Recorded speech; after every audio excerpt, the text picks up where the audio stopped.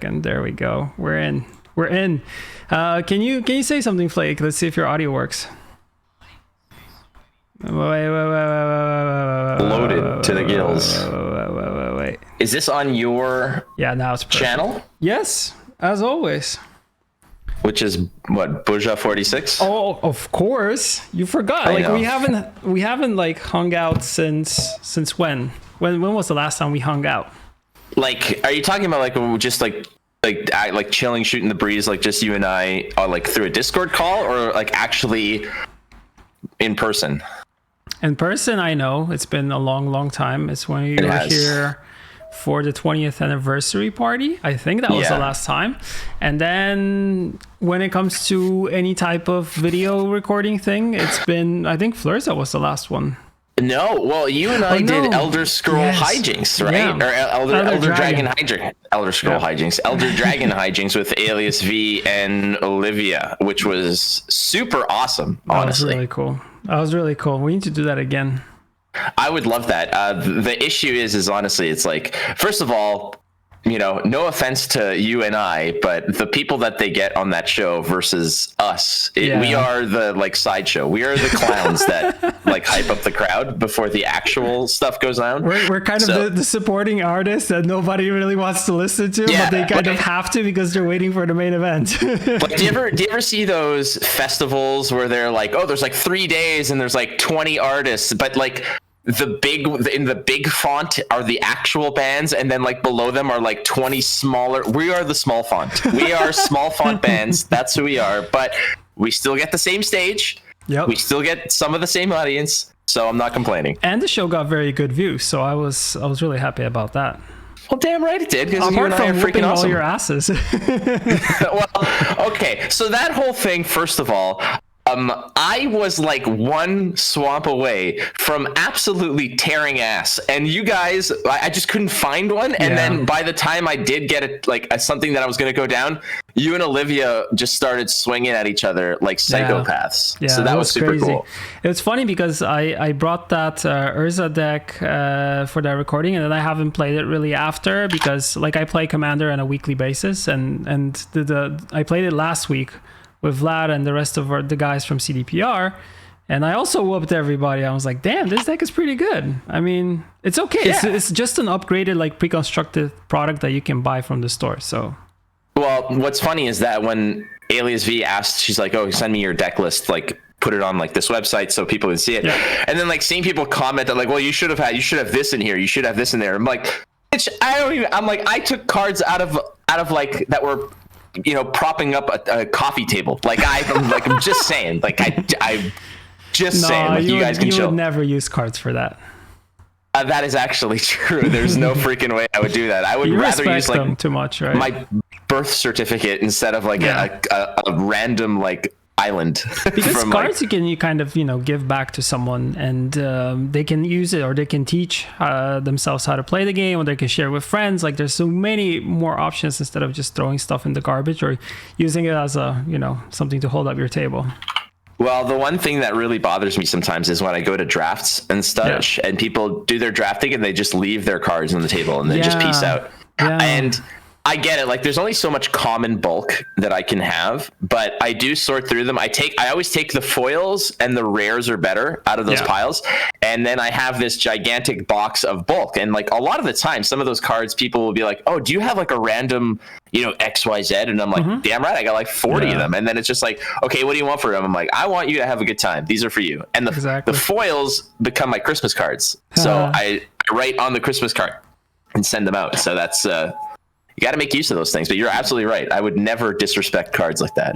Yeah, but like you say, like when you go to a store, there's a lot of like people who, you know, when a set comes out, they buy a box even sometimes, and they like open it up the shop, and then they leave most of the stuff. They like only take the rares or the super rares and say like, oh, okay, bulk, you guys have it, peace out. But that's actually better if they're just giving it to someone. Worst case scenario is just like abandoning them, although most of the stores in Warsaw, they have like a crap box so-called thing where you just have bulk, and sometimes they're very pretty good cards there. Like if you're getting into any card game, it's good to just sift through them, take them. It's free cards. I mean, Free cards. Are they free? Okay, because yeah. that's like, to me, I've been to so many different LGSs like across the world like lately, and what I see is you're right. Everybody has that box of, you know, just random bulk, and it's sorted by rarity, and that's it. And they have like this price list. And what I've always thought is like, you have thousands and thousands of cards here, and they're not moving. And why are they not moving is because you have them priced ridiculously. Like, it's like rare is $2. I'm like, these on TCG Player are like 42 cents. Like, I get it that you're trying to make a profit.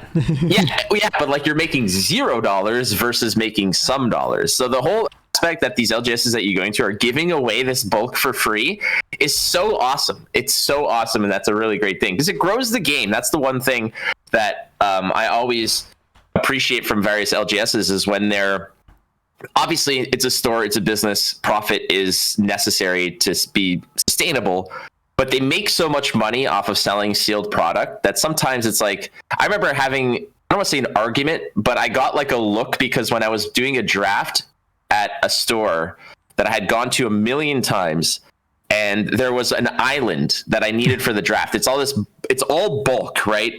Lands for your draft. Yeah. And there was one island, and I really liked the artwork on the island, and it was from a set that I didn't have. Mm-hmm. So I didn't want to be a jerk. So I literally just told the dude at the counter, I said, "Hey," I'm like, "just FYI, is it cool if I take this one island home with me?" You're always and very he's polite. Like, well, I didn't want to steal. I wanted to everything. I wanted to be honest, and I didn't think it was anything. It's an island. It's a penny. It's less than that. Yeah, it's less than that.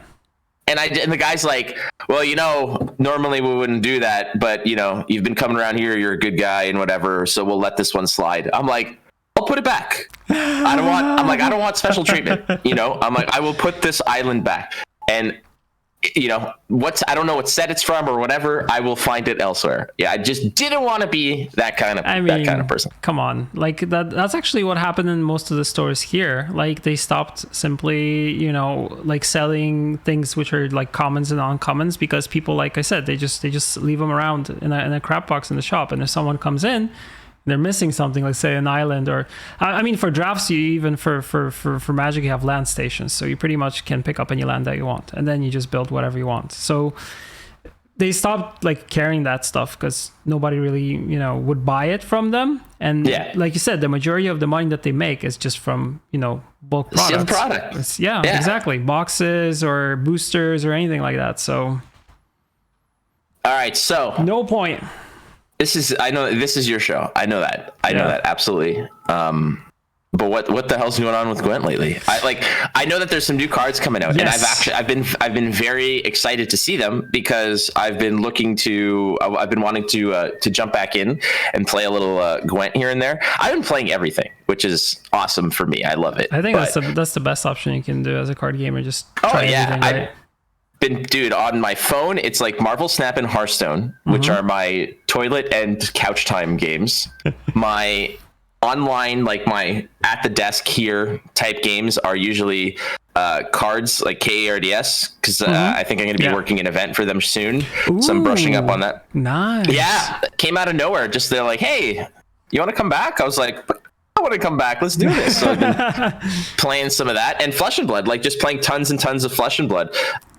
But I didn't want to play any Gwent until the new cards came out. I was like, well, I don't say waste my time, but I'm like, I don't want to use my time on that if there's new stuff coming up soon. But from what I've seen, I was watching looking at like some of Shinmiri and Lionheart stuff. I think you guys already just dropped some hot lead on 2 monsters. NR cards, 3 monsters, and today we started showing Skellige cards. Skellige's huge hot garbage. I love them. So the set is named Claw and Dagger, and it's releasing April 13th. So that's very soon. Very soon. So we have kind of like a short campaign in terms of reveals before we have the cards come out. We did a first reveal video with Sujan and Ryan. And then the schedule pretty much is on playgwent.com. So if you go there, you'll be able to see kind of which ones are happening when. Like Wednesday was Northern Realms. I think it was throughout. So it was like Drakenborg and Redanian Secret Service, and then Thursday's Monsters. Friday today is Skellige. Monday is Syndicate, Tuesday is Scoia'tael, and Wednesday is Nilfgaard. So I was gonna say, you guys leave Nilfgaard for last because you know that you need people to have that one fresh in their minds, because when they go to Reddit to complain about Nilfgaard, you want to make sure that they have it's the most fresh in their minds for the longest period of time, right? Like that's good. That's good strategy. That's how we roll. Like, I mean, you also want to have Nilfgaard at the end, because Nilfgaard kind of relies on deck manipulation and kind of playing what your kind of opponent is playing, and it's kind of like a control archetype. So before you show that, you kind of want to showcase what the other ones are bringing to the table. And it's crazy because I was talking to the designers today. Like, Scoia'tael was supposed to be super strong, but it was overpowered, so they had to kind of, adjust it. Yeah, so I'm dial like, it back. Damn it. Don't dial it. Don't dial anything back. Just make it strong. Just make it strong. Make it and super then strong. Give it to the community. Let them figure it out. I kind of like, the one thing that kind of makes me a little bit sad when it comes to these things is like some of the design of these cards, like I've seen, are very unique, and that's what I've liked about. Me. I've been very honest and I've been very vocal about the card drops and like how those things have come through, and the cards have been unique. That's the one thing that I can be very that I'm very happy about, is that is it Jean who's designing all these cards? I mean, it's a mix of Michał, Jean, and Malaysian, who are kind of working mainly on the balance. They're not the only guys, but they're mainly responsible for it. And I'm kind of showcasing some of the cards as we speak. So like there's Dijkstra coming back. There's Redanian Agent, which is a really cool card, which is the appearance of the character is based off of one of the developers. Mm-hmm. We also started showing monsters. So there's the Kikimor Hatchling. There's Kikimor Stalker, which great name for a card, a Stalker, Insectoid, perfect. Acid Spit, which I think was Shamiri's card, if I'm not mistaken. And today we started showcasing things like Kelpie and other cards. Like, these are only some of them. But yeah, there'll be more. And yeah, I think the guys are really playing around with kind of what the possibilities are in order to make the abilities a little bit more. That's one thing. And the other thing is also trying to maybe, design them in a way where they can go back to some of the existing cards and actually, adjust them, so they kind of go together with the new cards. So yeah, it's a nice marriage of the two things, right? What I want to applaud them for is just going outside of like the standard game space and the standard design space, and they've done some very fascinating work on a lot of the cards.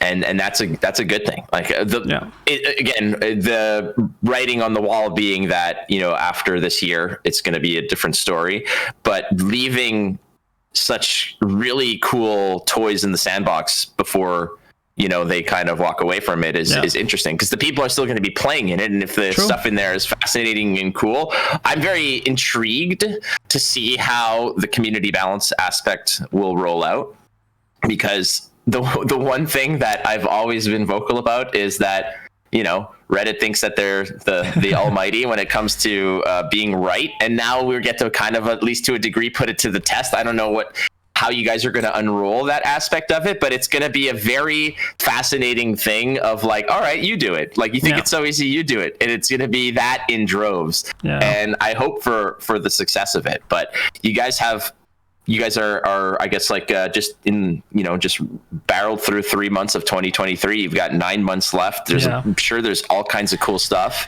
that's going to be rocking around. There's a lot of stuff that we're kind of thinking about. There's a lot of things that we're already working on and introducing. Same goes for things like, having like a different progression system, since we're going to be a little bit more hands off. Like, more things need to be automated. There also needs to be a balancing feature for, players having the ability to vote on stuff and stuff like that. So there is a lot of new kind of things that are being slowly introduced, and a lot of things that we're going back and forth with, checking if this is kind of the way we want to proceed.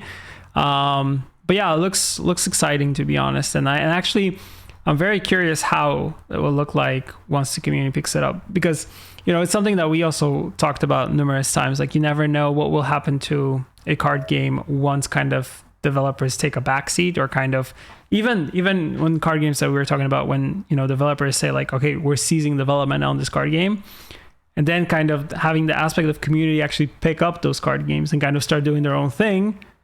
And it's much different if you do it this way than if you do it the other way, where you kind of don't really provide anything for them, or you give like restrictions. Like you were also talking about Star Wars, for example. Yeah, like that card game has a community behind it still, right? They just had one of their like national championships not too long ago. They release new cards regularly. They've been doing it for a decade now. Yeah. And they have like 15 or 16 full entire sets that they've released.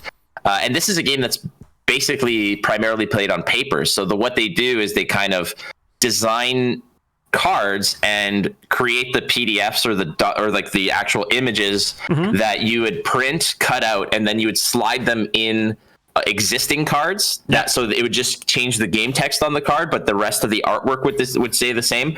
So and this is all done for free, and it's really, really cool how they do it. So the whole aspect of this is the end is really up to the people who are playing the game. Like you guys might turn the lights off, but if everybody starts lighting a match, then you could stay there all night long, and that's perfectly fine.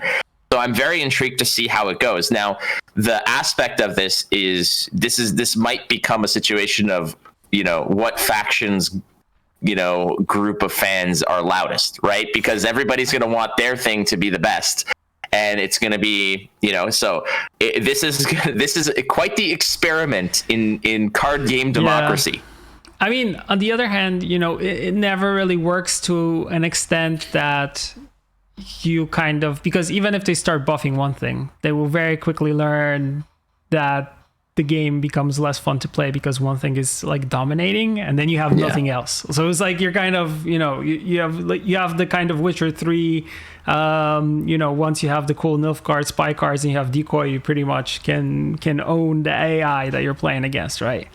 So I think they'll quickly kind of see like, okay, like we know how to balance stuff, but then it'll be like, okay, if we overbalance one thing, then what about the rest of the stuff? It's like, it's not going to work. So you need to find like a middle ground for it.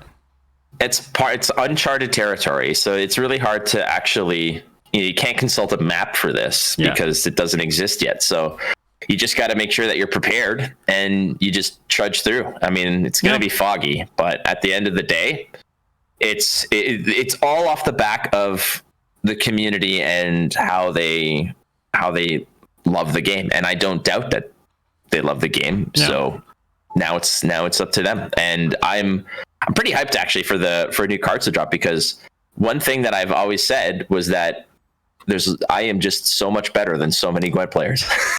Like, I just don't know why, but I'm really excited for new cards to drop, for Shinmiri to just lock and load me with a list, and for me to just absolutely go to town, rip people in half for like a solid weekend. It is such a good confidence booster. Now, obviously, I know like I'll probably by now have decayed into like the 10 or 15s in terms of my rank. Like, I think the last I played was ahead of the Masters in December, was it? And I was in pro rank then. So a few months, I guess you degrade by like 3 ranks per shot. So I'm probably in like the 10 to 15 range now. But once the new cards come, baby, I'm coming in like a wrecking ball, baby. I'm going to be blasting my Cyrus. Right? It's the card game experience overall, right? Yeah, no, well, that's it. I mean, like, there's going to be the inherent tenets of card games that are just well within me that you can't escape, and they do actually translate to Gwent. One of the things I always talk about when I mention Gwent, because people always ask me like some of my favorite card games and whatnot, and Gwent is one of the most unique card games that I've ever played, and it's one that you may be able to borrow certain tenets and philosophies that have been successful for you in other card games, but they're not like a direct port over to Gwent. That just doesn't exist. The strategies that you have, like card advantage and whatever, sure, those exist. But things like, there's no face in Gwent. There's 3 rounds. Yeah. So, board like overextension in a round, that's another philosophy that doesn't directly port over, but it can. And I always tell people, I'm like, the best board clear in Gwent is just passing the round. Like, it's the best board clear in Gwent. So it's just it's a fascinating thing in that regard. And Gwent always has such a fond spot in my heart, because not just because I spent so much time playing it, or because it's afforded me opportunities in this industry as a broadcaster, but because of its uniqueness and the care that it took to develop a game that wasn't just about drop your 1 drop on turn 1, go face, drop your 2 drop on turn 2, go face, because that's 90% of card games. Kind of, yeah. I mean, Snap is kind of different because you don't go face, but you also kind of like dump points, right? And you also have RNG and mana system, right? Snap is Gwent, is it not? I've told people are like, "Yeah, this game is great. I wish it was a little bit more strategic." I'm like, "Bitch, you will love this game called Gwent. It's brand new. You've never heard of it, but it is the same thing." I said, instead of 3 lanes, it's 3 rounds. So you need to win 3 rounds instead. But it's very similar in that regard. Like the success that Snap is having right now is purely, in my opinion, the initial interest is off the back of the IP, and the grab is because games last 4 minutes, 3 to 4 minutes, which is fine. Like, there's nothing wrong with a game doing that. A lot of people will criticize a game because it takes too long, but it depends where you come from, or like if you like. If you treat it as a game, like you said, like that you play on the toilet, then maybe 40 minutes on the toilet is not. Well, go to Taco Bell. You'll be able to play a Gwent game. Like, you're totally fine. There's nothing wrong there. Easy. But I think they're just, they're just going for the short dopamine shots, right? And just, play a quick game, get a nice outcome, move on to the next thing. I mean, that's, kind of like what it is. And that's, some people, that's what they seek. It's the same reason why Candy Crush is like one of the greatest games of all time from a sales perspective. It's because it doesn't take a lot of your attention. Like, you can watch, Seinfeld reruns and quote the quote along with it while you're just swiping and doing stuff. Like, it's the same thing why I can play Marvel Snap while eating a bowl of soup and and watching TV. It's like the same thing. It's nothing that you can that you really need to rub 2 brain cells together to be successful at.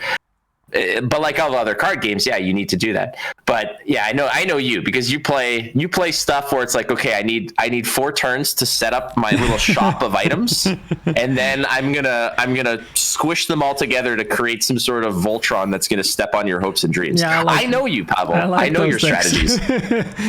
Yeah, I like it's weird with me, because I either like that, or I like strategies that just are play a card, go face, play a card, go face. Like, either mono red, like haste, destroy everything, or just I'll set up for a couple turns and kind of see if I can pull this off. But if you miss a draw or you don't get what you want, you're kind of like, shit, I'm done. Are a degenerate. You're disgusting. But once it happens, you're like, damn, Well, sure. There was this funny little comic that somebody had wrote about Magic, where it was like this person playing mono red, and they're like, all right, all I need is to draw a burn 2 spell and I win. And they draw a mountain, and they're like, damn it. They're like, maybe I should go down to 9 mountains. It's like, it's one of those things. Like, they need 2 or 3 to be awesome, and then they just can't do anything else. And it's like, it's kind of where it goes. But dude, I'm super excited for Gwent. Like, it's in the same vein that it's sad that the game has, is kind of like, there's like this dawn on the game, not this dawn, like this dust, this sunset that's coming. Yeah. It doesn't mean that you have to go to bed. And like, that's what I'm very excited about for it, is I want to see the community that has stuck with this game for so long maintain it and go through with it and continue it. Yeah, I think also that, the feature will be built in game. I think it also doesn't take the players from outside the game, so they'll be able to like set up everything in the game itself. So I want to also see how they will, be able to utilize that and how it will look like moving forward. But it's an interesting case. It's for sure something new. And, you know, we're talking about like all these multiple card games. Like I'm also like following what's still happening within like the space, because card games are, you know, near and dear to me. But yeah, it's going to be interesting. Like from the perspective of seeing what people will do with it. I can't wait. You're near and dear to me. Right back at you. Thank you. Well played. Thank you. I told Vlad the other day, I said, you know, like every now and then I'll send Vlad a message just to see what's going on, how he's doing. And I just sort of like slid it under the door. I said, if ever you need me, I said, I'm here. So, you know, like, I know I said goodbye, but I'm like, it doesn't mean you can't call me to help you move or something, you know, like it's, we're here. So, I'm excited, but like ever since I left, like, I mean, I say I left, ever since I kind of like moved on, it's been nice to follow along. And one of the things that has just made me so happy in retrospect is seeing where the community is and the friends that I've made, where they are today. No. Like, you've got Shinmiri, who's got a child now, you know, like, and he's somebody for years and years I've been like tethered to the hip with about this game. And I feel like an uncle between, like, you know, when I met you to where we are today, like all of our lives have just gone on these such twisty turny trajectories, and it's all off the back of this game. And that's one thing that I always will appreciate is I've made lifelong friends. Like I would not be here with you talking if it wasn't for this game, obviously, but I wouldn't met you and I wouldn't have created this friendship with you. But same goes, like, I mean, same goes with the fact that you actually wanted to do casting and you wanted to, you know, develop yourself in this space. And it is something that, you know, Gwent was kind of the, you know, where you kind of had your foot in the door, and then it kind of started from that point on, right? And then you moved on to different things, and now you're like everywhere, man. Like the amount of content that you produce for multiple card games is just astonishing. Yeah, well, there's a lot of that stuff. Yeah, it's like, it's my life, and that's something that I'm happy about. And it's cool because, like, when I'm dating and stuff and somebody will ask me, you know, should be like, oh, so, you know, you jump through the first hoop of explaining to them what you do for a living, which is always a fun experience. And then they're like, oh, well, what do you do for fun? And then I kind of sit back. I'm like, the same thing, dude. Like, I don't know how to explain it. I'm one of those few lucky people where from the moment I wake up to the moment I go to bed, like 90% of my day, it's card game related, and not because I feel like I have to. It's because I want to, and that's, you know, that's a lucky thing. But I've literally just, like, I've been filling up, like, my calendar. I have an old school calendar because I'm an old man. But just filling up my calendar. You know, I don't know, the dumbest thing about this, Pavel, is that I can't keep a schedule on my phone because I hate going into the apps and typing thing in. Yeah. So what I did was I bought paper ones so that when something comes up, I can easily consult it, write down what I got to do. However, when I'm traveling, I don't have this, so I take a picture of the months with my phone. But you have it on your phone, right? And now I have it on my phone, so it's like, why don't I just? I'm like, never mind. I'm an absolute doofus, but that's where we're at now. Yeah, old school analog calendar. Yeah, you can't go wrong, man. Like, I have my Sharpies and I have my color coordination on it. I am more prepared and studious here than I was in school. Like, I want to go back to school now and just be like, bitch, look what I can do. I can take notes like a mofo. I have the same thing, man. Like, I've been thinking about this also recently, that if I kind of went to school now, I have I think it just comes with being older and just having the experience. It's like, have you ever had these, like, sick fantasies of being like, I want to go back to, like, high school math and just beat the shit out of every test? Yeah, kinda. I had that, but I've also never been like a big, you know, stay at school, and I always was more going outside and doing my own shit. Rocking that bike. And you know those problems, like those math problems, it's like, Pavel Burza takes his bike and travels 42 kilometers north. If he changes direction 15 degrees this way, like, you're that guy. You're the guy that we write the math problems about. Yeah, that's fun though. You can now, like, put it into practice and make it practical, which is just better. I guess. Well, like a lot of math and game theory eventually comes around. And when I listen to professionals discuss how they prepare for decks and how they, min-max their decks to get peak efficiency, the incredible amounts of mathematics and data that they have, and it's like, well, I went with this card versus this card because it grants me a 0.8% chance better to do this, and ultimately that kind of stuff adds up because they play so much that 0.8% is once every 120 games or so. True. And it happens, and it's like, wow, good for you. Like, that's insanity. Yeah, like I was also checking out the stats that are for Snap and kind of most played decks, apart of course from Shuri decks, which are kind of played by the majority of people that want a quick climb. I also was watching Spessie's stream, I think 2 days ago, and like whoever was playing Shuri, it was just like Insta, I'm just moving on. I don't care. I'm moving on. I'm not playing against you. Yeah. The amount of times where you like drop a card and it's just like, yep, see ya, I'm out of here. Like they'll just leave. If I don't have anything to drop in the first 2 or 3 turns, like you're pretty much dead. Like it's just the way it goes. But that's kind of how some of these games are, and everything's kind of trickled down to 5 minutes or less, 5 minutes or less, 5 minutes or less. But they also have like a lot of stats because they have like a tracker, they have stats, and I was looking at the stats and kind of the play rates for some of the cards and kind of the win rates. And now that they're introducing like weekly balance changes, I think starting somewhere mid-April or something like that, it's going to be interesting to see how they adjust like 1 or 2 cards on a weekly basis, because that's going to be like, I'm always looking at it from kind of the standpoint of someone working on the development side, and then now seeing them try new things, and also seeing like the monetization things that they do, which opinions there are kind of good or bad.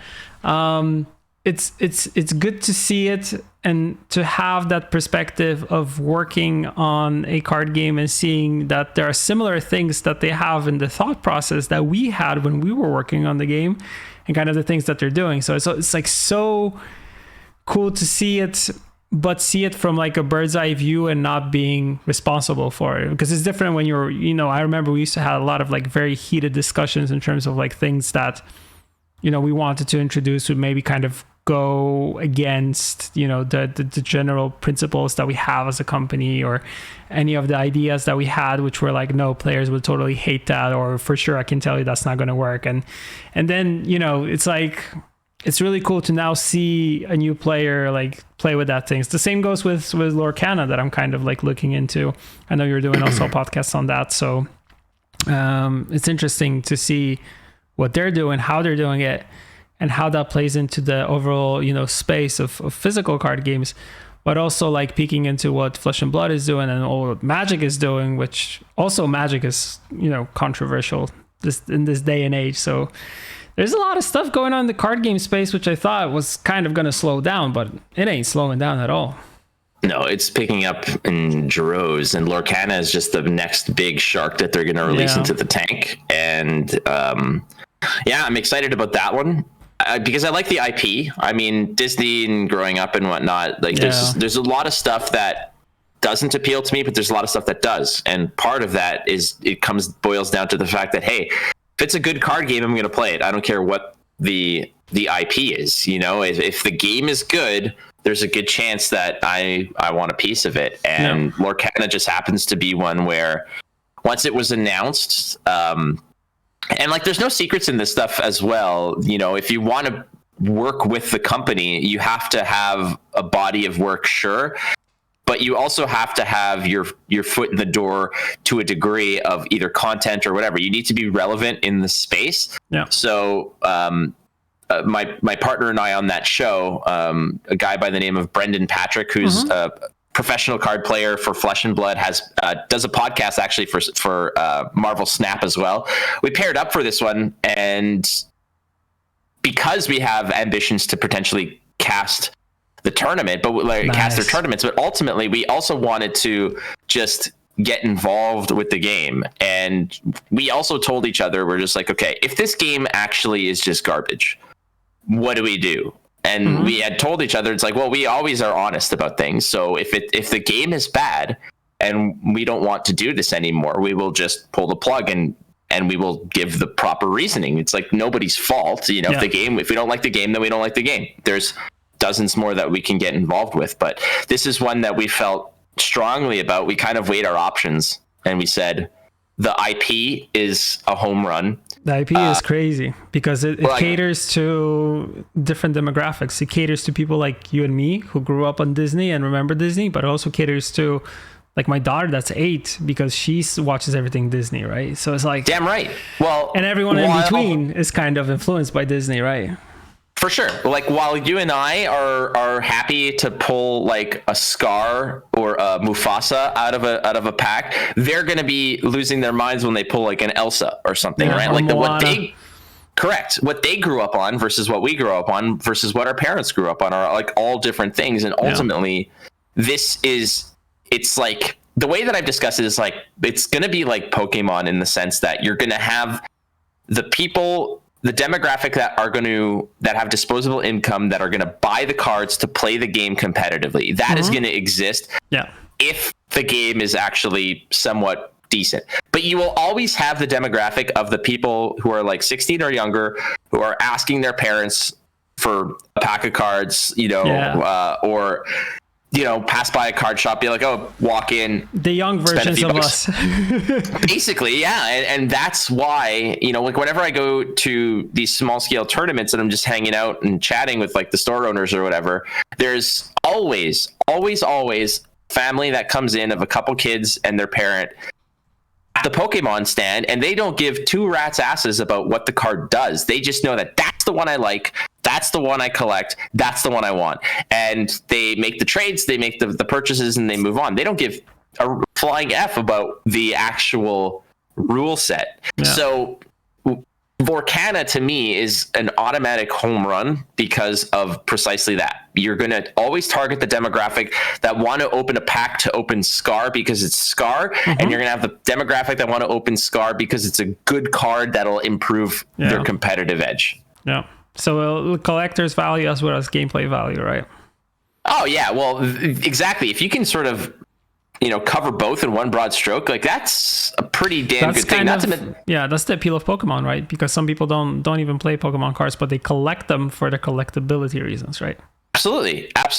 So Pokemon as an IP is probably one of the biggest IPs in the world, if not the biggest. I think it's bigger than Disney related IPs. And if you don't believe me, I think there's data to support that. Disney's probably up there, like nudging up against it, but Pokemon as an IP is just it's huge. To me, Disney's just bulletproof. Like you can't, and they are also the types that will have the money to be like, if we want this to succeed. And all card games that come out now, by the way, if you don't have $1 million organized play structure behind it, you are lost in the weeds. And I tell people like, oh yeah, $1 million, that's big. Like, wow, what a breakthrough. I'm like, bitch, Gwent did this shit back in like 2015 or 2016, announcing $1 million play structure. I'm like, this isn't new. Like they did this way back when. It just so happens that is the price of entry into competitive play now is like $1 million. You have $1 million price tag on having an organized play. And for a lot of card games, like Cards, TCG, like I thought Mythgard was a freaking amazing game. It just so happened they weren't Disney, they weren't Riot, they didn't have this massive bankroll behind them to support them, but Disney does. So are they going to, are they not going to spend the money to make sure that everything is aligned so that this is an absolute cash cow home run for them? I wouldn't be surprised if because of Lorcana, there's like 14 more Avenger movies that come out next year. Yeah. It's quite interesting because we have in chat we have Vishra. Remember Vishra? I do remember Vishra. Yes, I do. Vishra was at the Wild Hunt tournament in Philadelphia. Actually, if I'm not mistaken, I do remember Vishra. Yeah, one of the Gwent OGs. The oldest of Gs. And he said, so he said there's some old faces here because there's Zubidoo, there's Devil Driver, there's you, there's me, like Are we considering Zubidoo an old face? Kinda. like how old is old? Like where do you cross that sort of I don't know. bridge? So, I mean, I feel like, well, not as old as you, me, Vishra, Devil Driven, you know, not that old. Yeah, I'll pump the brakes on that one. Yeah. Like if Zoobs is still in chat, like Zoobs, you can tell us what set that you sort of waltzed into the game at. But I was there where I needed to like ask McBeard for a code to punch into a computer to get into this game. Like I needed there was like a secret knock that I needed to know to get in. I don't know. I kind of feel like Zuby has been with us for such a long time. But yeah, Visha's like, we got to break out Garuna and Petrify out of the ice. Like, damn, blast from the past. I sometimes think about all these people. I'm like, damn, remember that guy? Oh, remember that person? Oh, remember him? Remember her? Don't go too deep because there's a few of them that fell from grace pretty damn. Oh my God. A lot of them absolutely just face planted into the internet abyss. And like, if they just stay there forever, it's totally fine. We don't need to go too deep into the weeds, but yeah, like looking back, people like, I mean, the OGs of the game that are still hanging out and still playing the game, but not just that, those who have kind of extended and expanded on their CCG careers to do other things successfully. Like look at Marktheus and what he's accomplished. That started with streaming Gwent and then became the Wild Hunt tournament, which now he has like this, he owns and runs 93 Media, which runs the esports of various different companies and does all kinds of community-based tournaments, and that's been super successful. And you know, he's had partnerships with multiple big companies. Like he's done Flesh and Blood events, he's done this, he's done that, Marvel Snap events, like, and that's really damn cool. Plus people who play this game and then have moved on to see success in so many other games. Look at freaking Freddy Babes. Freddy Babes won a major Gwent tournament. A major Flesh and Blood tournament. I taught him that game at like midnight in a hotel lobby. I remember. Yeah, and then he like 2 months later, he's like, I just won this tournament. It's like, can you be a little bit more nice lively? Like that's basically it. I thought maybe I'd just go in and win this tournament. I think it was pretty good. It's like, okay, wow, can you just turn it down a notch? You're driving me crazy. And now he's playing Snap like crazy. So yeah. But these are the people who the success that they learned here or that they saw here translates so well because Gwent is a hyper strategic game. I mean, not all the games are going to feel that way, but if you can succeed in Gwent, the lessons and the skill set that you learn here are not easily obtained playing other games. Like if you play Magic, you might understand things like, you know, not overextending, for example, but you know, you might not. It's like totally different gameplay. Yeah. It's incredible. So you take those lessons into other games and understand them. And I think that Flesh and Blood is one of those games where what you learn out of Gwent is incredibly important because min-maxing in Gwent is important. You know, when you're playing Gwent and you're like, oh, you know, if I did this first and I did this second, I would have gotten one more boost or I could have done one more damage. And sometimes that factors in. Flesh and Blood is exactly like that, where sequencing is incredibly important. If you play card A and then B, you'll get X amount of value. But if you reverse them, you're like, it's not the same thing. Like things like that you learn in Gwent of properly parsing out your turn to maximize things is the most important element that you can translate. And then Freddy Babes just goes and wins, you know, a $5,000 tournament just like that. He's amazing. He's amazing. I feel like whatever that kid touches like turns to gold almost. Yeah, just turns to gold. That's it. Just figured I'd play a little game here. It's like, all right, relax, dude. That's just him. Yeah. And he's also like very, very chill about it. Like, you know. Is he still in Poland? He is. As far as I know, he is. Yeah. I found out at the Flesh and Blood World Championships are going to be in Europe. Ooh. And I don't know where. And I really hope it's in Warsaw. Yeah, I hope so. Like we have a big following for Flesh and Blood here, so I hope it kind of, you know, happens. Well, I don't have any agency over this. I know that it's been settled, it's been done, and how it's been described to me is that it's it's at a location where people will want to bring their families and make a trip out of it. Okay. So, it's not going to be Blue Jeans, by the Baltic Sea. It's not going to be. Well, it might be a field trip. Maybe there's like a food truck. Gdańsk is beautiful, though. It is, but it's not as popular as Warsaw. Yeah.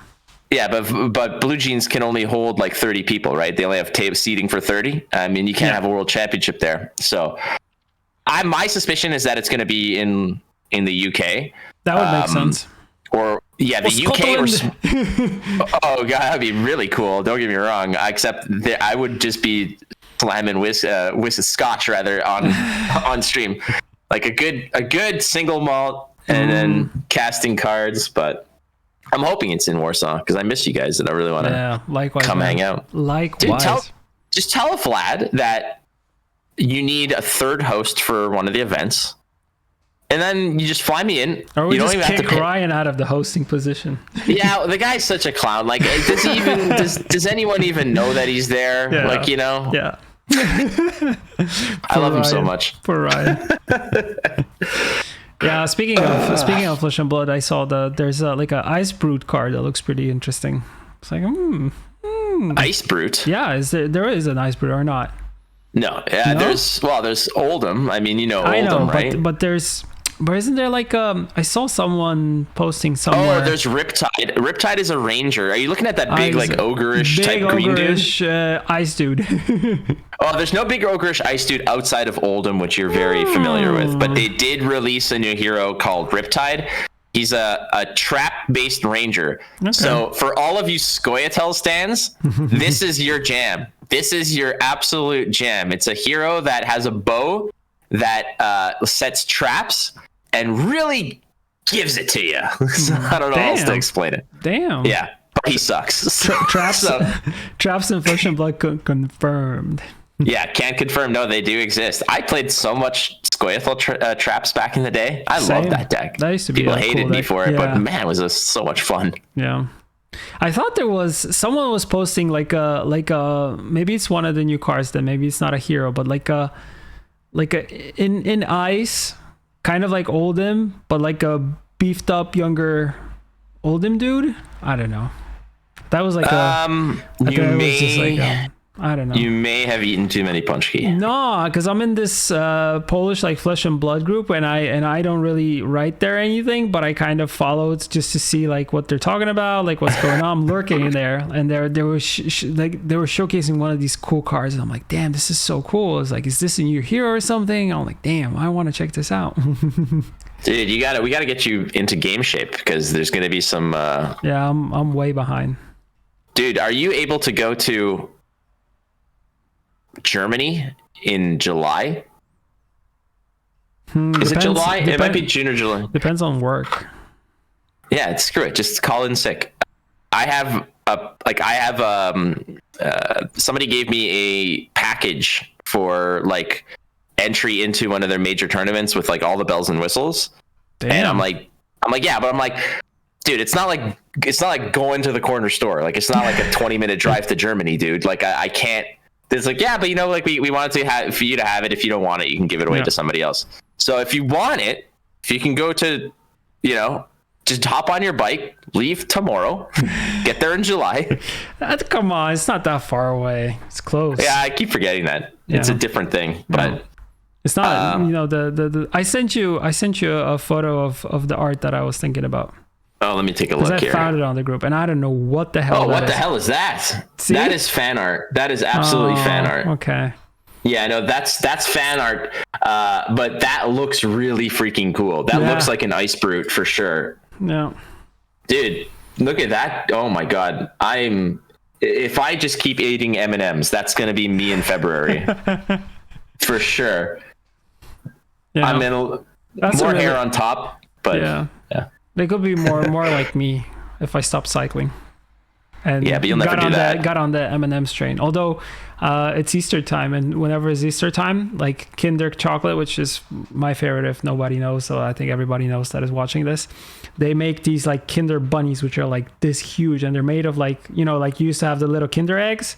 They're like 3 times the size, and I like smash one of those a day. I love them to bits. Yeah, that's fine. But then you just go ahead and like you cycle for like 100 kilometers. I'm running more because the weather's been shit. Like the weather's been terrible. But you're still doing stuff. Like I'll go check the mail and then take the stairs back to my apartment. I'm like, yeah, that's good. I can eat like 40 bags of M&Ms. I've earned it. You know, I took 17 stairs. That's good enough for me. It's pretty good. Yeah, well, I've actually been trying to get back into shape, and my biggest vice, honestly, is sweets. Like I can't say no. It's the worst. I'm like, just give me like heroin or cocaine. Like that feels like it's easier to beat than this beast that is sugar. It's so bad. It's so bad. And the worst part is, I say worst. Best part is that when I go to events, people bring you candy. Yes. Somebody in this chat right now, Shireen, who's in Chicago, and I do a lot of work for events in Chicago. She always shows up to these events, and she always bakes me cookies that are like some of the best cookies I've ever had. And I can't say no, not because it's like I want to be polite. I can't say no because my body is like, yes, give it to me, sustenance. I can't not have it. So. Yeah, but also like, I mean, if it's homemade and home baked, I mean, you can't go wrong. And plus, it's much healthier than you know, like the you know, anything you buy in the shop, like a fucking Walmart thing. Like that doesn't even come close to the OG stuff. I told you the story about when I went to go look for a cheese Danish in Warsaw on my own. Yeah. I mean, like the stores in Warsaw, I find, versus like buying it off the shelf at a Walmart, like it's a different story. Like my objective was, I'm like, find the bakery with the oldest looking lady there, and I was like, you look like you're at least forever years old. Like I want to buy a pastry from you. Like a person that's been doing pastries for almost all of her life, and she's kind of like at the end of her working time, she can go on retirement, then you know that's kind of the place, because that person is like, it's just muscle memory. You go into work, you do those things like automatically. It's like casting for you. It's like you just do it because it's like day job. Right. Except I went to this place and I'm like, I'm pretty sure that's your bed over there. I'm like, so do you even leave? You know, like, so I'm like, I can leave. I can trust this. I can absolutely trust this. Yeah, you gotta talk to Vlad. Get him to bring me over for a consultation of some sort. A Punchki consultation. Yes. Like a weekly discussion about something. Yeah, you must have a budget for sending idiots overseas. Like, come on. You can't just like dip into that a little bit and send this poor boy this, you know? Yeah. We'll go on a bike ride. Oh, nice. Yeah, last time we were supposed to go on a bike ride, and we ended up playing cards all the time. Well, I mean, it does come to that. Dominica made such a delicious dinner, and then I was like, I'm not moving. Like, forget this. We eat, and then we're just like, and then you're like, okay, show me Oldham. I'm like, all right, let's do this. Let's go. I miss that. I do. Yeah. It's the funnest part of card games, right? Like introducing people to something that you already know, and introducing a new person, like a noob, into a card game is always like, you see them like learn so fast. It's so cool. Well, that's what happened when I showed Shinmiri. I showed Shinmiri a very complex deck. Yeah, okay, but he figured it out in like 2 seconds. He did, and this for everybody. Everybody already knows that he's a brilliant card player. But I showed him a new game. And then I showed him one of the more complex decks in that game. And we played 1 or 2 turns back and forth where like we were walking through the turns. And then I presented him a very, very complex turn. Mm-hmm. And I'm like, do you want me to set you up here? Do you want me to tell you the first step? He's like, no, let me see if I can get this. And he got this. He solved this ridiculous puzzle. I'm like, you psycho, you're already better than 90% of the field. Like, what is wrong with you? He's like, yeah. Seems cool. I'm like, just casually toss away a statement. That's Shinmiri in a nutshell. Like, very humble. Is like, just looks at it. I'm like, yeah, I think I can put these things together. Oh, it works this way, right? And you're like, wait, it took me like a week or more to figure that shit out. And you're like, done. Yeah. The funny in my mind, I'm just like picturing like when he's planning on having a baby. He's like, all right, honey, I've created all these spreadsheets of strategies. It's like, yeah, well, we're not going to get into that there, buddy. Oh, Lordy Lord. All right, what big questions, what happens on This Week in Gwent? Because I feel like you and I have just been we talked about it. Like, we talked about the new cards that are going to be coming out. So, like, I mean, all the big questions that I had to ask, I already asked you. So I want to have this episode as a catch-up episode where we just catch up, like, what's up with you? What's up with me? Or, like, what are we doing? Like, yeah, all this stuff. What are we playing? Like, all that stuff. Yeah. How's Geralt? He's good. Although he had some stomach problems yesterday, so he was pooping everywhere like crazy. Hey, I feel you, buddy. Yeah. Hang in there, man. You and me together. Let's go. No, but he's back to feeling good today. Chilling.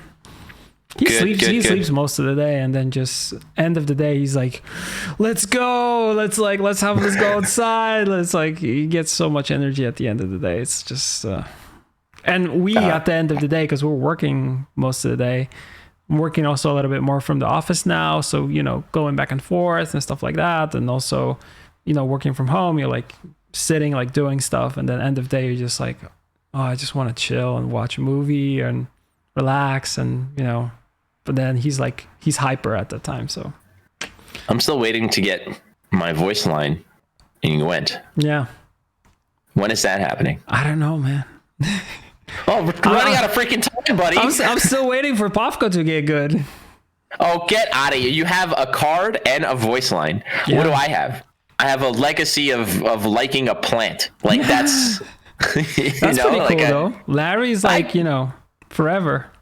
Yeah, he is forever. I found an old Larry shirt, and I have one of those too. Yeah, those are a limited edition. Which is great, because the amount of times I've sent stuff to like the t-shirt printer where they send it back, they're like, we can't print this. Like, this is protected trademark, like imagery and stuff. I was like, you're right. I'm like, are you sure you know who Han Solo is? All right, fine, you can. And then I sent them this one. It's like, it's a plant. Like, okay, they had no clue. Yeah, it's like, suckers. Yeah, I got you here. Basically, I just snuck that one under the door. I was like, they'll never know what plant this is from. Yeah, you don't know who Larry is. Yeah, they thought it was me. I was like, cool. Like, that's my nickname. I'm Larry. Yeah. Welcome. Although you guys look different. Yeah. Yeah, slightly. I feel like he works out more. He's constantly moving. I sit my fat ass on this chair for like 10 hours a day doing recordings and editings and stuff like that. So but yeah, I mean, the multiple shows that you have is really cool. And you were also talking about like Martheus. Circling back to that, I'm still waiting for us to get invited into the like Marvel Snap like tournament or something. Oh, so I asked him, and what I told him, I was like, look, okay, first of all, the one thing we would slay, bro. You think so? Oh man, come on. I do remember the one time I was ever invited to like an invitational, like a big tournament, was a Shadowverse tournament. Okay. And I was in there with like Amy the Amazonian, like Alias V was in it, like Covert Blue was in there, and I was invited twice, and I finished second. Like, I lost in the finals twice, each time by 1 health. Like, I had these crazy combo. Anyways, long story short is that when it came to the Marvel Snap tournament, I was like, oh, cool. Like, there's a Marvel Snap tournament. I'm like, I wonder who they have on it. And then it's just like these bananas names, like Brian Kibler and Frodan, and I'm like, okay, well, no wonder they didn't ask me, because I'm like, I was probably like 20th on their list, and like they had 16 like all-stars that they got to do it from like all around. So you and I are gonna get on it. I already kind of like planted the seeds with Mark. I said, hey Mark, if you do this again and you need somebody here, we'll figure it out. So yeah, if he ever like says anything, I'm like, you got to tell him like, you owe Bursa for no more Flurza, blah blah blah. He squashed that one.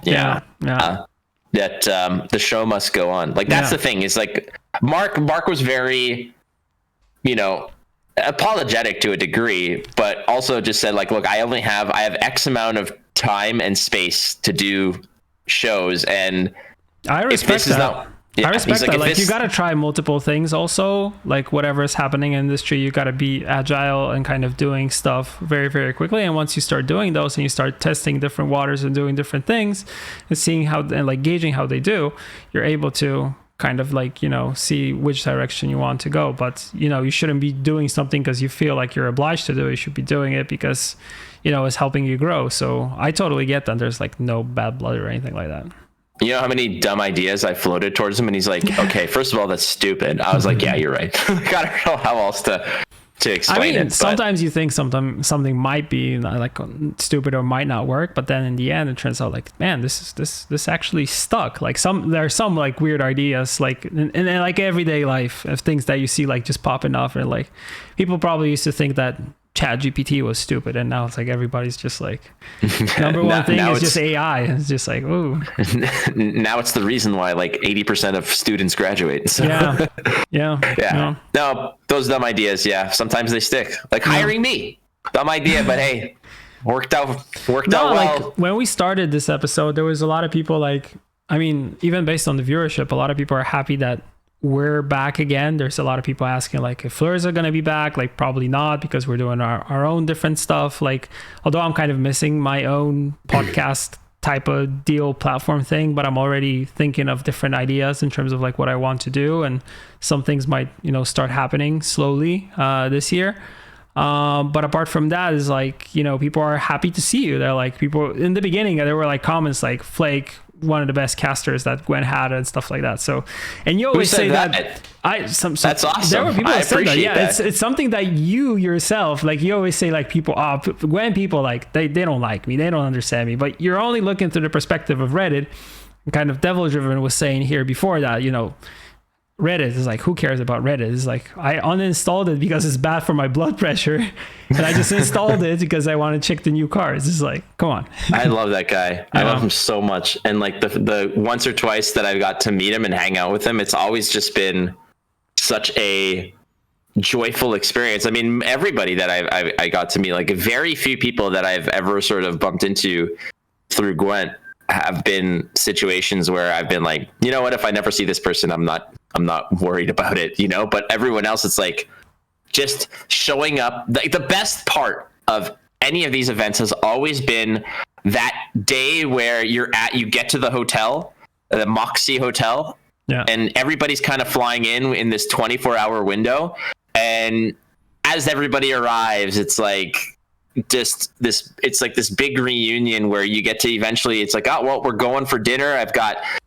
Miss Lady J and Crow's there, and we've got Shinmiri and you know, Freddie Babes is kicking around and so and whatnot, and like you're all just going out and hanging out and having a good time, and it's tons of fun, man. Like I miss it. Like this game has such a big part of my heart that, and I say it all the time. Every interview I've ever given, when they talk about how I started, I always tell them, I said the first trust that was ever given to me was by Vlad Tortsov and Pavel Burza to do Gwent. I said I was given a shot to host an event, and then I auditioned to cast, and it changed my life. I said without them, you know, it would never have been. Just when you said that, Shinmiri entered the chat saying that, oh, did he? Us two have a big part of his heart, which is like, I mean, it's one big circle of love. Hello, Shinmiri. I know. And Shinmiri, I've already tweeted at him and told him that he's like my dealer when it comes to good decks. You know, like I meet him at the corner by a street light, and he just kind of slips a deck into my hand, and he's like, play this, come back when you need more. I'd be like, yes, sir. Yeah, yes, test sir. these, check them out. And then, I mean, also like whenever we were doing any update, and kind of he was the person kind of supplying us all with deck ideas, and this was kind of the same thing I would do. I would also like test his decks, because he does the testing, he does the, you know, the alchemy of brewing a deck, and then we just have to try to figure it out and play it. Yeah. We gotta sort of crawl through the labyrinth of his mind and figure out his psychosis, and align it to our own. Yeah, kind of reminds me and my daughter when we're building Legos. Like, she's so slow, so I take it and I start building stuff very quickly, and she just likes playing with them, but she doesn't like the building process. And I love the building process. I don't care about like, you know, like I built one thing and I can move on to the next thing. I don't care about it, but she likes, you know, making up stories and playing with it. I'm just the one, I'm like, oh yeah, let's build this. Let's build this to completion, right? No, sweetie, you like the Star Destroyer Lego. That's the one you like. Let's go get it for your birthday. Exactly. And then I'll be sitting there just like putting that stuff together. Oh, it's the best. Shinmiri is somebody who, one of my favorite people to have ever cast with, because purely off the fact that there was like a significant surprise factor with when I work with him, and like we kind of started more or less at the same time in different capacities. Like he was on the analyst desk, I was a host, and then I became a caster and he was an analyst, and then we got paired together. And seeing Shinmiri on that first event, seeing myself on that first event, I mean, we've both come such a long way. But seeing Shinmiri's evolution and where he is today versus those first kind of, I don't want to call them shaky first appearances, but it's nerve-wracking. I was terrified, you know, absolutely. I was in front of thousands of people in a game that I like, trying to cut my teeth, right? It's terrifying. Shinmiri at least had his big brain that he could lean on. I'm like, if nobody likes my joke, I'm screwed, you know, like I am absolutely screwed. But seeing the evolution of Shinmiri, casting with him, it's always been such a joyous experience, because it's very tough to tilt me when I'm casting. It's very difficult to get me off the rails, or to sort of shift my focus. But Shinmiri is such an assassin when it comes to random jokes or silliness, because you never expect it from him. Usually I'm the purveyor of that kind of nonsense, but then he just kind of shows up behind you like Rambo and just strangles you with this dad joke or this stupid joke, and I cannot reconcile with it. I die inside laughing, and I have to kind of just and you hear me, like, those are the best, because he doesn't like machine gun jokes out there. He just one shot, one kill right between the eyes with a really hilarious, stupid joke that he knows I'm going to love. And like hearing him say something about like elven herpes, and I'm like, you mofo! Like it crushes me, because he is just such a professional. And like, I miss working with him. I'm lucky that I get to work with other phenomenal people in the industry. But to me, like, Shinmiri is up there. Like he's awesome, and for what he does. But it's something that you mentioned multiple times. He really grew in the terms of bringing like this humor, like more humor to his cast. So it's I like, don't want to take responsibility for that. But it's like, I mean, teaming up with you kind of like you go in on the jokes, and then it kind of rubs off on other people, and they kind of jump into it. But you can also take it to like very crazy avenues that sometimes they're on the balance of, you know, a little bit too much, maybe tone it down a little bit, but it's like the fine line.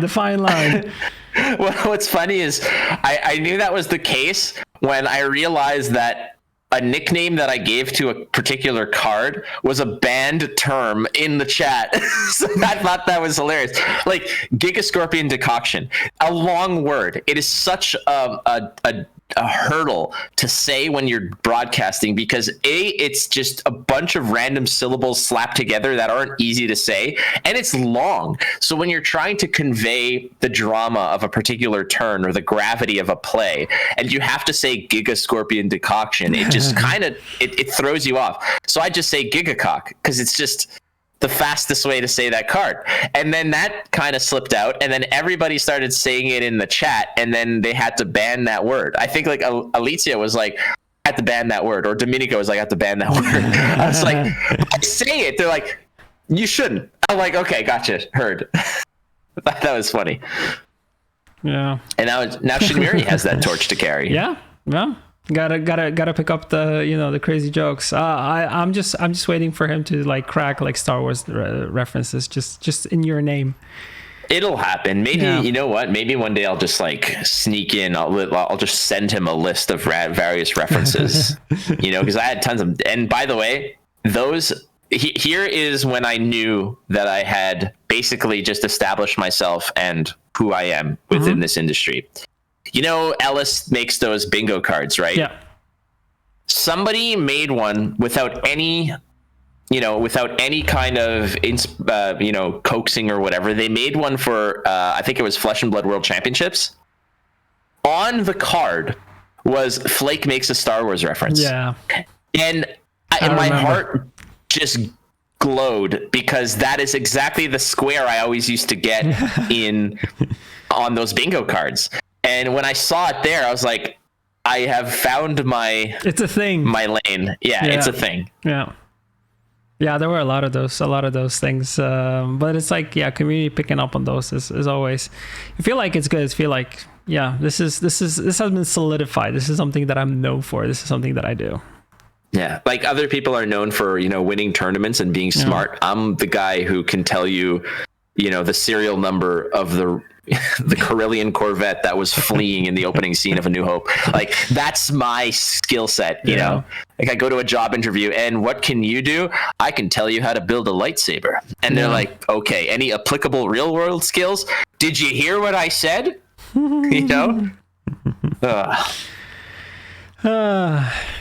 Perfect.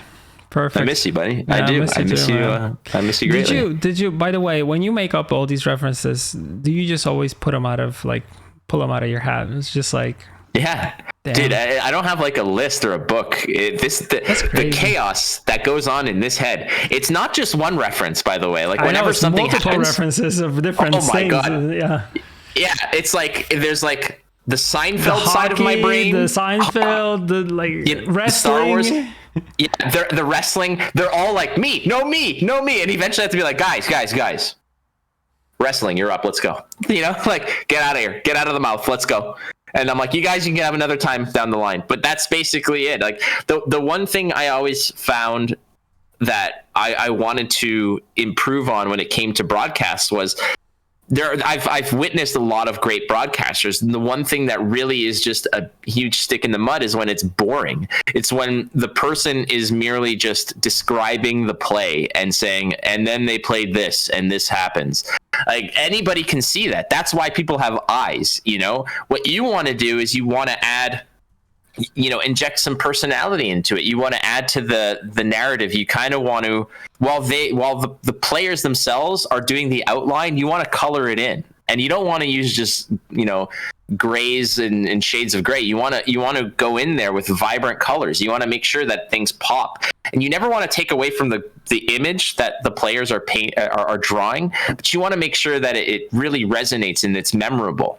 So that's kind of what I've tried to do, and in the same way that I thank yourself and I thank Vlad for giving me the opportunity to have my first real gig that launched my career, you guys also gave me a hell of a lot of runway to be myself, and that's one thing that I told Vlad. But that's what we kind of put all our money on, is like the personality, because you brought something different. You brought the jokes, you brought the quirkiness, you brought the just having fun and playing with it. So it's just it is something that not everybody does. Like, a lot of people that do casting, they focus on play-by-play and only do that, and it's very dry and it's very analytical sometimes, but it's like not bringing a lot of their personality. Of course, analytical can be good if you can predict 3 to 5 turns like Shinmiri can, because people are like, how the hell did he knew that this is going to happen? How did he call it? But the other end is kind of like, you also want to kind of see the personality of the person and kind of see what they bring to the table. So I mean, it's a mixed bag of everything. One thing that that like one of the pieces of wisdom I think I imparted upon Shinmiri ages ago was that even if the outcome is basically guaranteed and set in stone, you need to find outs to keep people on board. And this is, I've seen this in other like, I've cast Flesh and Blood with players who are top-notch world-class players, and they just wanted to give casting a shot, and it's like, they basically, well, this game's over because of XYZ. And it's like, okay, but what are some opportunities for this player to to maybe turn the corner. No, they can't. It's impossible. And it's like, okay, so then why are we watching? You know, like those kinds of things. And Shinmiri does a really good job of creating outs out of thin air, where he's like, here's how this can happen, where this player can recover this round, or here's how they can possibly change it. Now, obviously, if it's 100% guaranteed, then there's nothing you can do. Yeah. But that was something that that, you know, little things you pick up along the way as you're honing your craft in casting. And the other thing, I'm going to just go out and say it, the one thing that really grinds my gears when it comes to casting is the overuse of the term interesting. Where everything is interesting. I tend to do that, yeah. But it's a crutch word, and I totally get it, because it's a way, what that does, when you say something is interesting, it's just an easy touchstone for you to say, in the time it takes for me to say, this is an interesting play, I can then think about what I want to do next. So it's an easy crutch that you can lean on to help you get through to your next thing. The other thing that I find is... that needs to sort of be scrubbed out a little bit and worked on by newer casters is every time caster A says something and opens the door for caster B to say their spiel or to continue the thought or the narrative, caster B will always bridge that gap with absolutely or exactly. Like that kind of also is, it's like you're trying to create this, like, put it this way. You're on your bike, you're on a track, you're going around that track. Imagine if every time you went around that track, every lap you did, you had to get off your bike and get on a new one and go. It stops all the momentum. It creates this like they halt do that in cyclocross, actually, because the bikes get so muddy and messed up that they need to switch them up to fresh ones. Okay, well, thanks for just... But they do it like F1. Ruining my analogy, you son of a bitch. But it's a good one. But you lose that momentum if you're like a track cyclist. You can't change bikes. Yeah. Right, but that's kind of... that. Yeah, exactly. Well, this isn't cyclocross. Whenever Shinmiri goes all caps, yeah, you know you're in trouble. Serious. You know it's serious. Oh, absolutely. Because he doesn't go to that, like... When I heard him Although swear... he spent too much time with you, so that's probably why. Yeah, that might be it. Like, I think that's probably it. Like, when the first time I ever heard him say the F word, I was like, pardon me, what? Yeah, I'm so sorry. Like, I wanted to write his parents a letter. I feel like Mr. and Mrs. Shinmiri. Here's the problem. Yeah. Boy. New card revealed. We did reveal the new card. It was it's a Nilfgaard card. It's what was it? It was a 9 provision, 15 power deploy draw card. I think it was. That is coming out in July.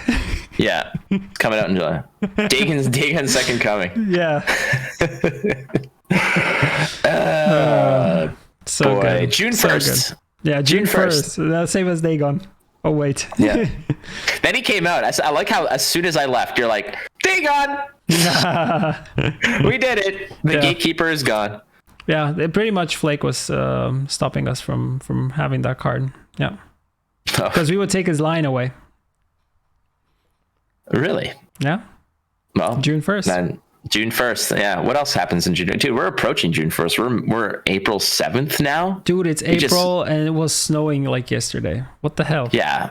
Well, I mean, we're used to that here, like in Eastern Canada. First weekend of April. Guaranteed you get absolutely shit on by snow. My buddies in Montreal, like people like Christo and all them, they got hammered. They lost power they had like a crazy ice storm and snowstorm. They lost power for like several days. It was ridiculous. Crazy. Yeah. All right. It's been an hour and a half. I think we're cutting it because you probably have like 20 shows to record. I do have a few things I got to do, but like the one thing I will say is that I would never put a hard out on Pavel Burza. I would never do that to you. You have my day, man. Likewise, man. It's lovely talking to you. Like, we can talk for days. And it's like meaningful conversations come out of this, of us just babbling, which is crazy. Because I don't get that chemistry with everybody. Yeah. Hey, I don't know what to do, but listen, if you had everything set up where you're like, okay, I got somebody to produce it. I got someone to handle it. What do you want? You want to do like a 1 hour a week show? I'm like, I'm your guy, man. Damn. We'll bring Shinmiri to swear. Yeah. Well, what happened to your other show? Didn't you have that other show with kind of King also, Denpai? Yeah, Denpai kind of flaked on me, and did he just peace out on you? Yeah. He said, "What a clown!" No, he said he's gonna pursue other things he's not doing anymore. And just left me. I was like, 3 episodes, man, and then it's it. Pull the plug. Yeah. Damn. It's like having a grand opening at your restaurant and being like, all right, and we're done. Okay. This is like, we just leased a place just for this, for these 2 days and see. But that would be super exclusive. And if you had like a good chef, you could actually do like pop-up. Somebody must have thought of this, like pop-up restaurants with these, like, they do these pop-up things for sure. Yeah. But they're usually themed, right? Yeah. Like they have those in Toronto all the time. It's like I remember somebody's like, oh, do you want to go to the office themed restaurant? Yeah, those show themed. I also saw those like Los Pollos Hermanos, and then for like Breaking Bad. Oh man, yeah. Yeah, they did like a Friends Cafe here in Toronto or something like that. I was like, dude, I don't need to, like, people take too many fucking selfies of their food already. Like, I need to go and watch people take like recordings of their eggs. Like, no, we're good. It's just too much. It's like the same food you would get in any different diner, but it's just themed of something that is, that you saw on a TV show, just for like the photo op option. Yeah, and then they slam an extra $20 charge on it. True. It's like, oh, you want an omelet? $47. Yeah, like, that's the price of the photo, man. Fuck that. Like, no, thank you, man. That's why, That's why we go to Blue Jeans. We use the code FLIRSA15. We get 15% off in Gdańsk. So if you're from Poland, you should go check it out. FLIRSA. Yeah. Blue Jeans. I always tell my mom. I tell my mom about this all the time.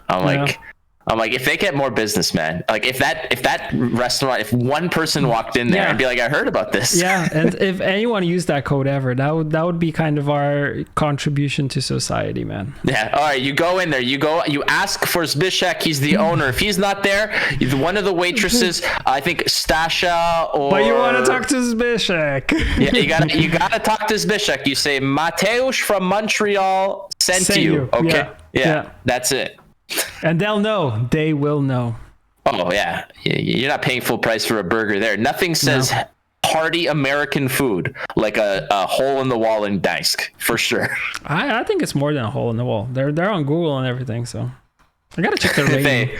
Yeah. Oh, man. We should just, let's just everybody go on Yelp or Google reviews, find Blue Jeans in Gdańsk, and give them 5 stars and say, I heard of you on the FLIRSA podcast. Yeah. Easy. And then we make a thing out of it. Sure.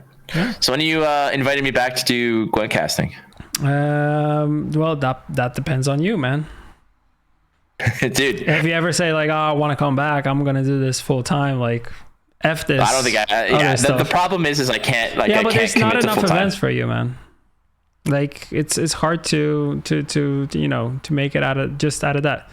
So I will take anything sent my way, but at the same time, I don't want to take away from the opportunities of people like if I come back and I'm not working with Shinmiri, I would riot.